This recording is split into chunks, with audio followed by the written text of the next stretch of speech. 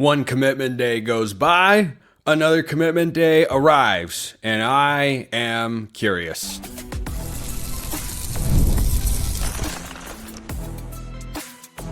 You are Locked On Ducks, your daily podcast on the Oregon Ducks, part of the Locked On Podcast Network, your team every day. Yes, it is that time once again for Locked On Ducks. I'm your host, Spencer McLaughlin. Thank you all so much for making this your first listen or your first view of the day. It's part of the Locked On Podcast Network, your team every day, and your daily source to stay up to date with the Ducks. Your number one source to stay up to date with the Ducks is what I usually say. Sometimes my words get crossed. But a follow-up from something on yesterday's show, a guess on the defensive back room. Hey, yours is as good as mine. And is Oregon locked into having two rivals? That's all on today's show, which is brought to you by our friends over at Game Time. Download the Game Time app, create an account, and use the code LOCKEDONCollege for $20 off of your first purchase. So, Tyler Atkinson committed yesterday and went to Texas. And you know what?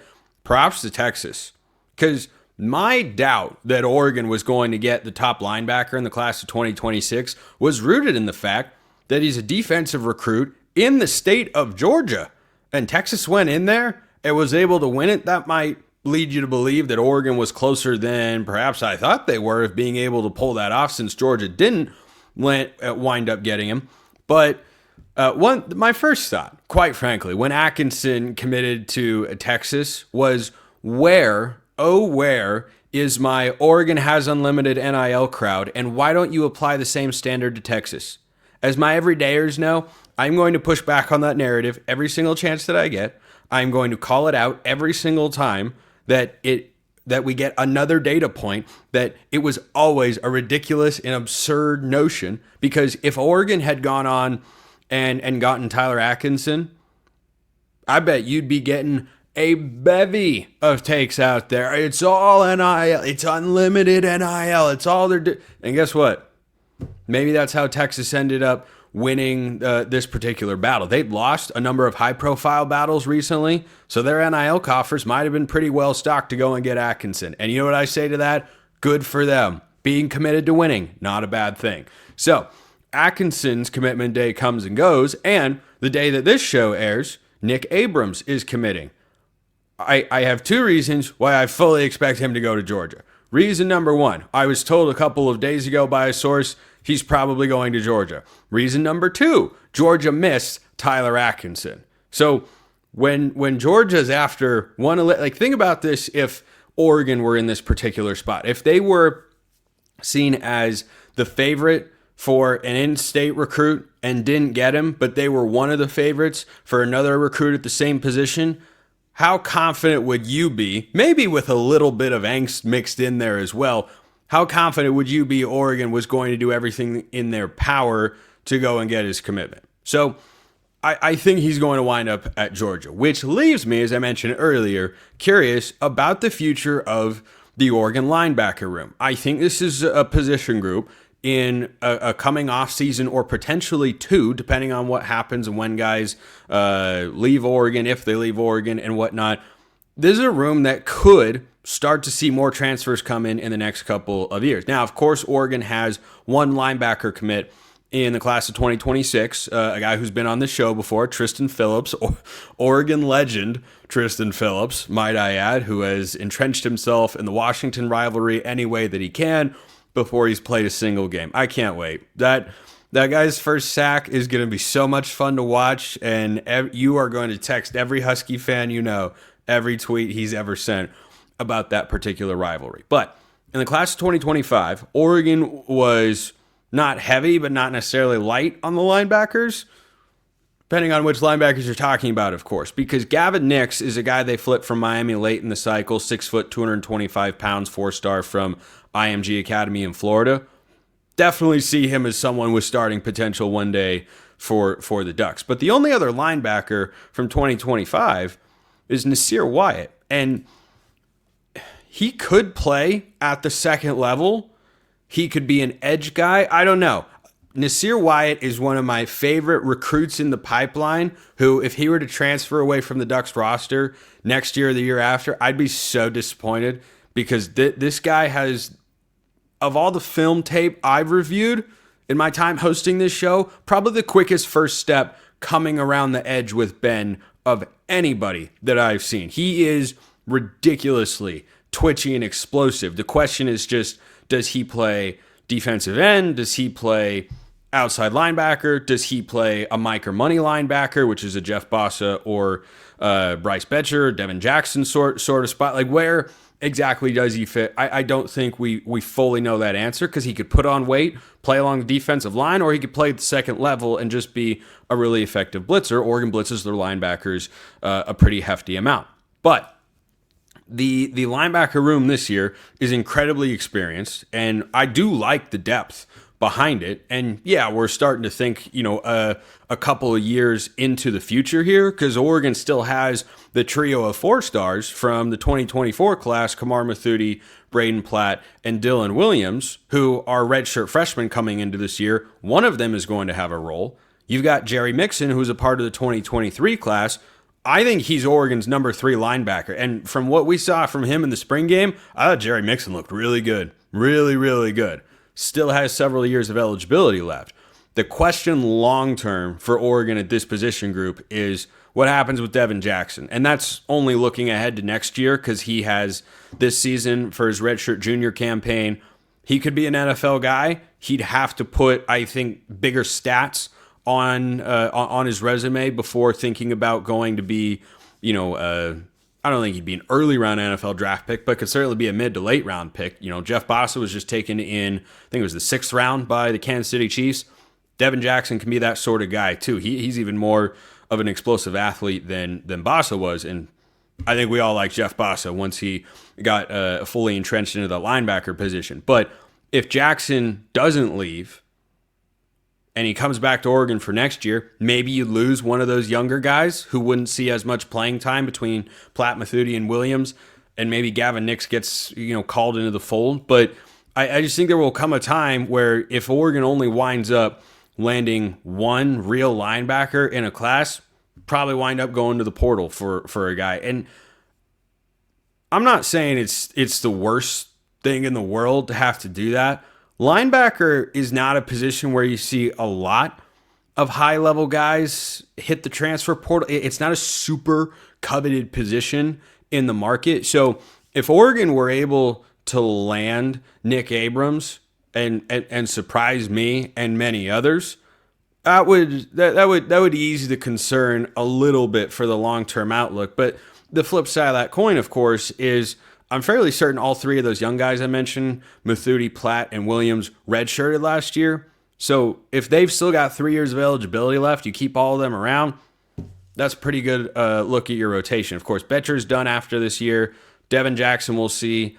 I think the room is in a good spot. It's just if you ever go through a cycle and look up and go, wow, they got one guy at that position group, probably going to wind up going to the portal, and that doesn't always produce the highest caliber guys, because that's just the way the transfer market is shaken out. Quarterbacks, hot commodities, edge rushers, corners, offensive tackles, and receivers.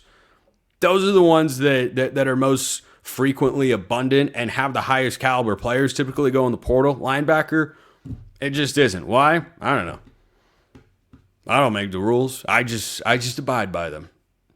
Kind of. So let me know your thoughts in the comments below. As always, hit me up on Twitter, all of that good stuff. A follow-up and a guess.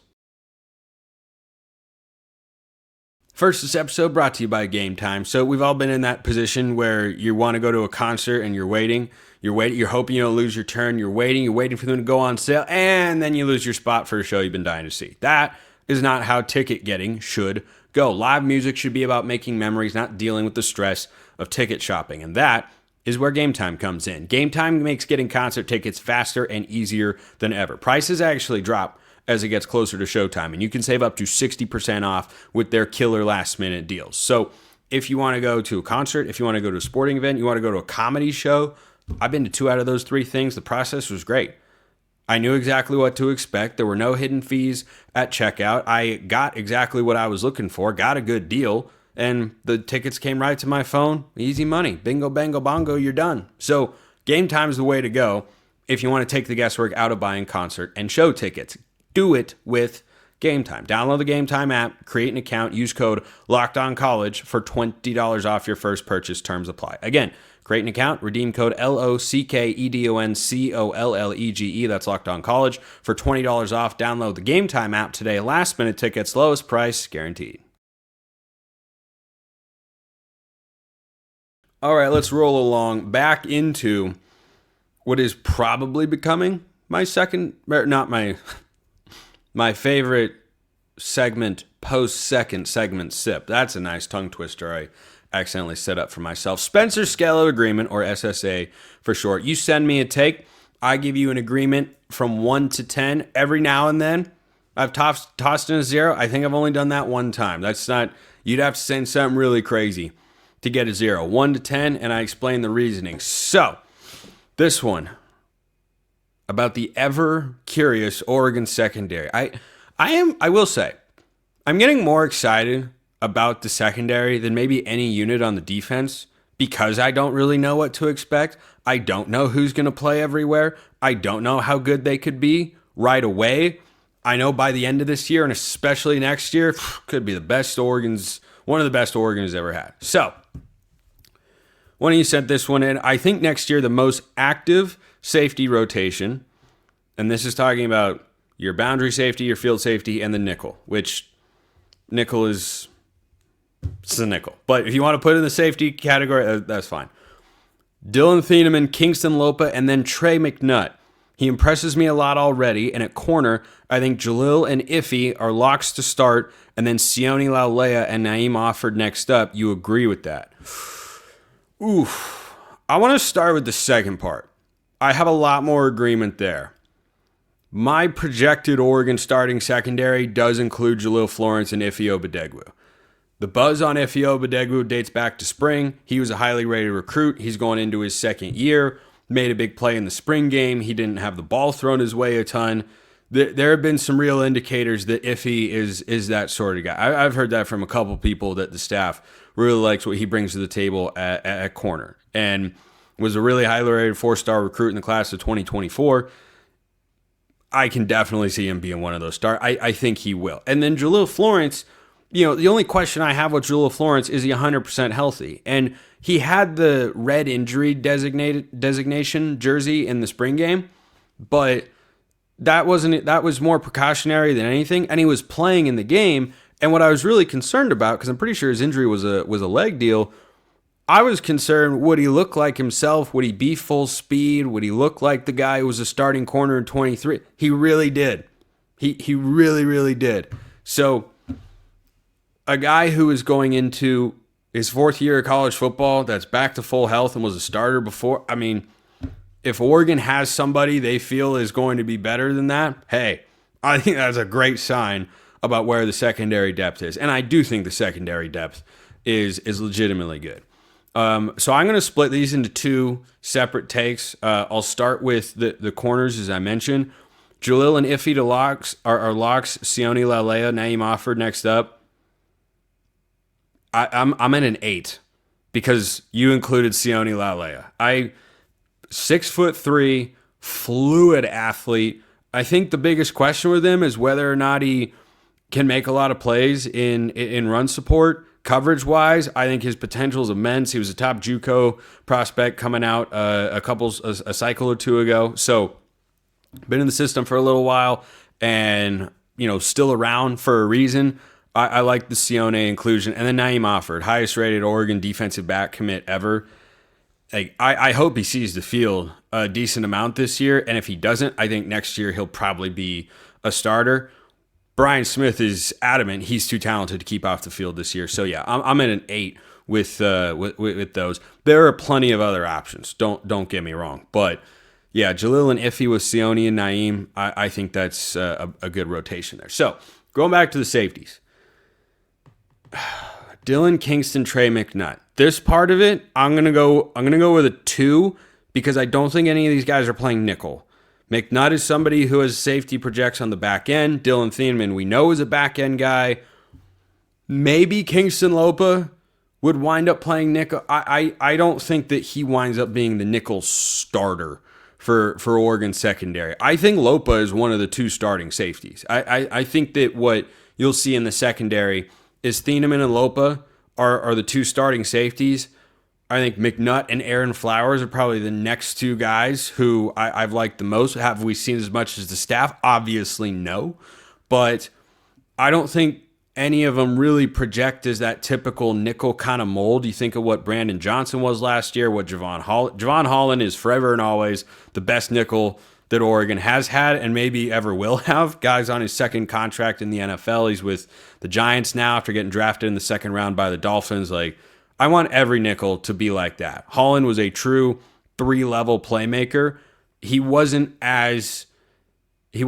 small like, you know, a Roderick Pleasant or a Nico Reed, but he wasn't huge like a Kingston Lopa. He's kind of in that in-between range. Brandon Johnson last year was Oregon's nickel. I think he was the most snap guy at that spot. He was 5'11", and I think that you could see Theron Johnson maybe start at one of the outside corner positions, the transfer from Northwestern.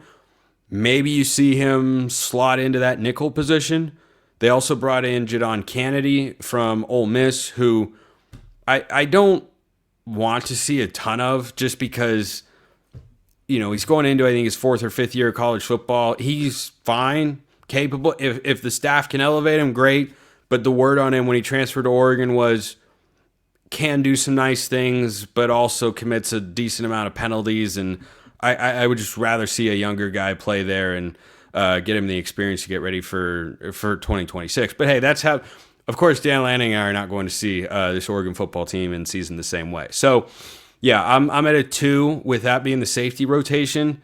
That might, like, maybe Kingston Lopa plays the nickel. I just don't know if Lopa can move, has the corner skills required to play in that nickel position. But we'll see. So, as always, drop your secondary predictions below because it could go a lot of different ways. That's what makes it fun. So, yesterday on the show, I got a question that was a trivia that I did not know the answer to.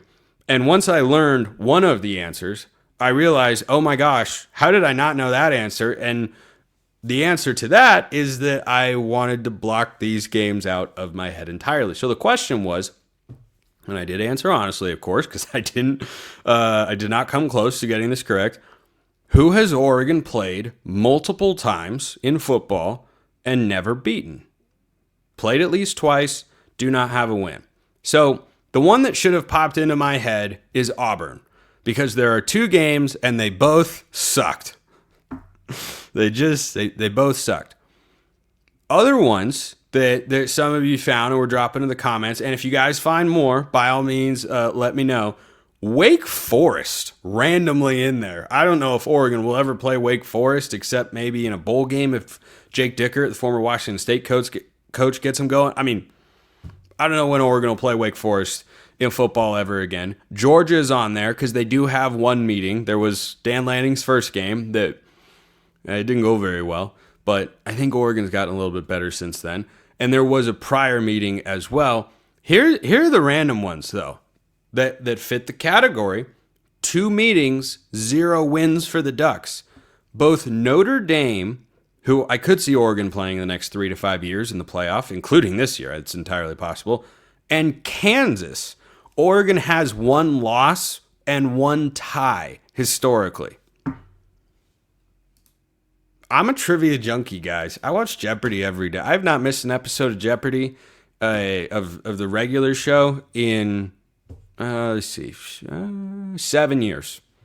7 years. So when you came up with a trivia component for Oregon football, I'm here for it. So send me all the trivia questions you want.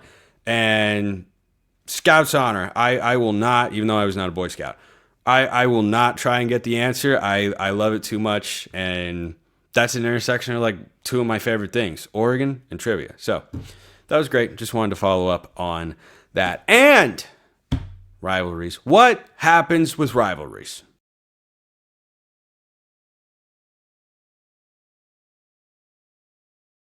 DJ sends this question in. My question for you is this. Do you think that if this trend of brutally close games continues, Wisconsin might become a legitimate and dangerously underrated rival for Oregon, especially if they keep it close yet again this year and in Autzen no less?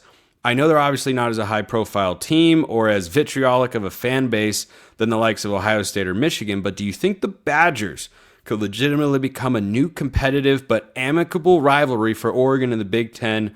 Just a random thought I had. Not random. There are no Okay, I'm not going to go that far to say there are no random thoughts, but this is not a random thought. I like where your head's at with this one. So, I have long been a proponent of Oregon continuing to play Oregon State, even as they've separated into two very different looking conferences. The Pac-12, of course, just added Texas State. They'll have 8 schools for 2026 that play football. It's Oregon State, Washington State. Let's see if I can list these off the top of my head. I better be able to as the host of Locked On College Football.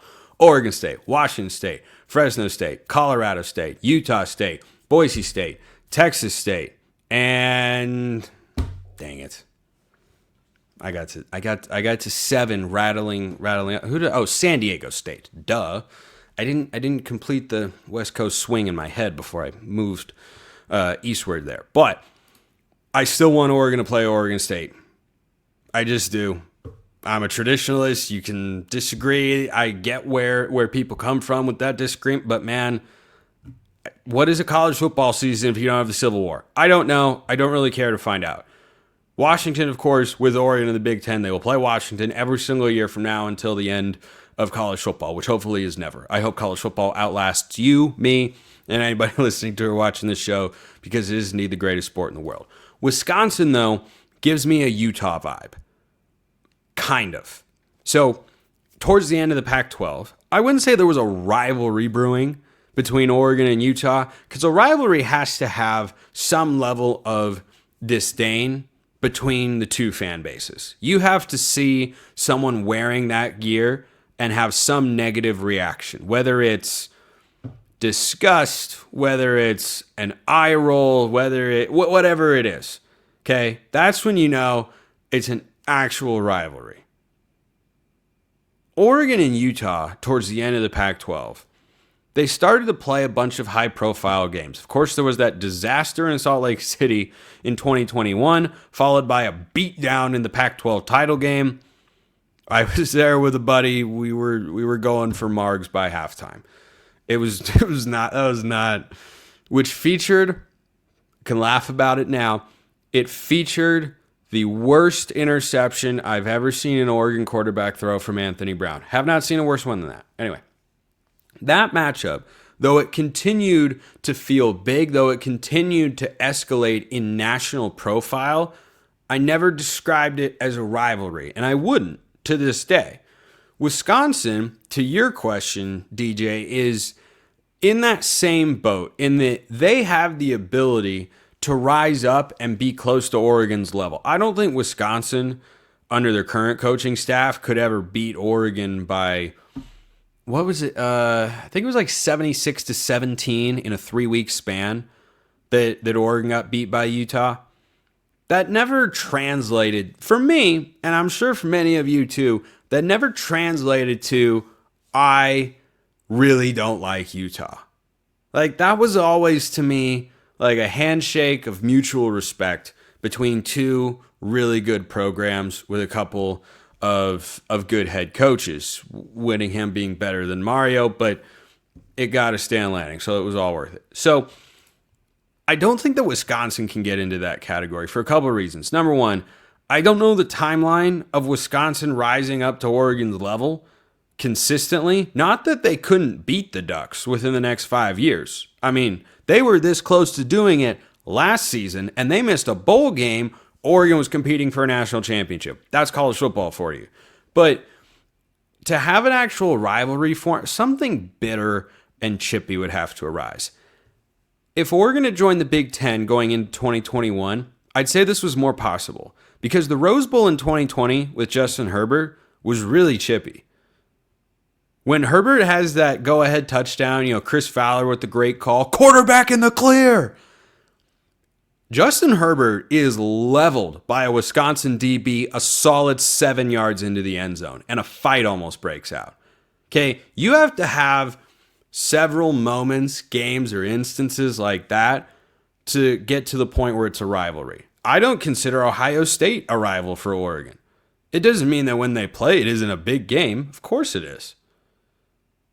But you have to have something beyond a good football game being played. There has to be a reason for the fan bases to not like one another. It has to be an incident that carries over into the next year.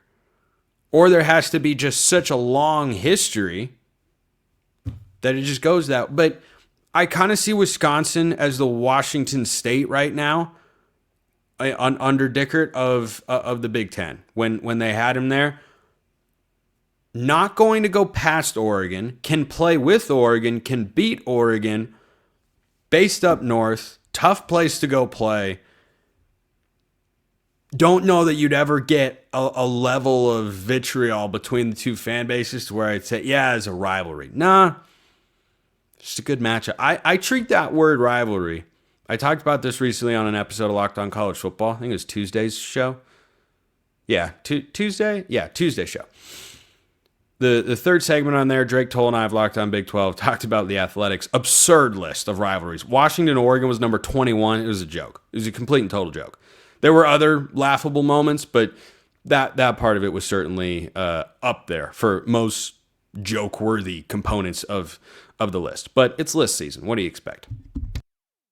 So I just don't know how Oregon and Wisconsin, especially when they're not going to play every year, I don't believe that that's a protected matchup in the Big Ten. I don't think you can really have that. The history isn't there. Like even USC is probably, I'd say, Oregon's number 3 rival. Like that's the school that I, as an Oregon fan, feel the greatest desire to beat after Washington number 1, Oregon State number 2. Just the way I see it. Let me know your thoughts, and we call it there for today. Appreciate everyone listening. I'll see you next time. Hope you all have a wonderful rest of your day, and go Ducks.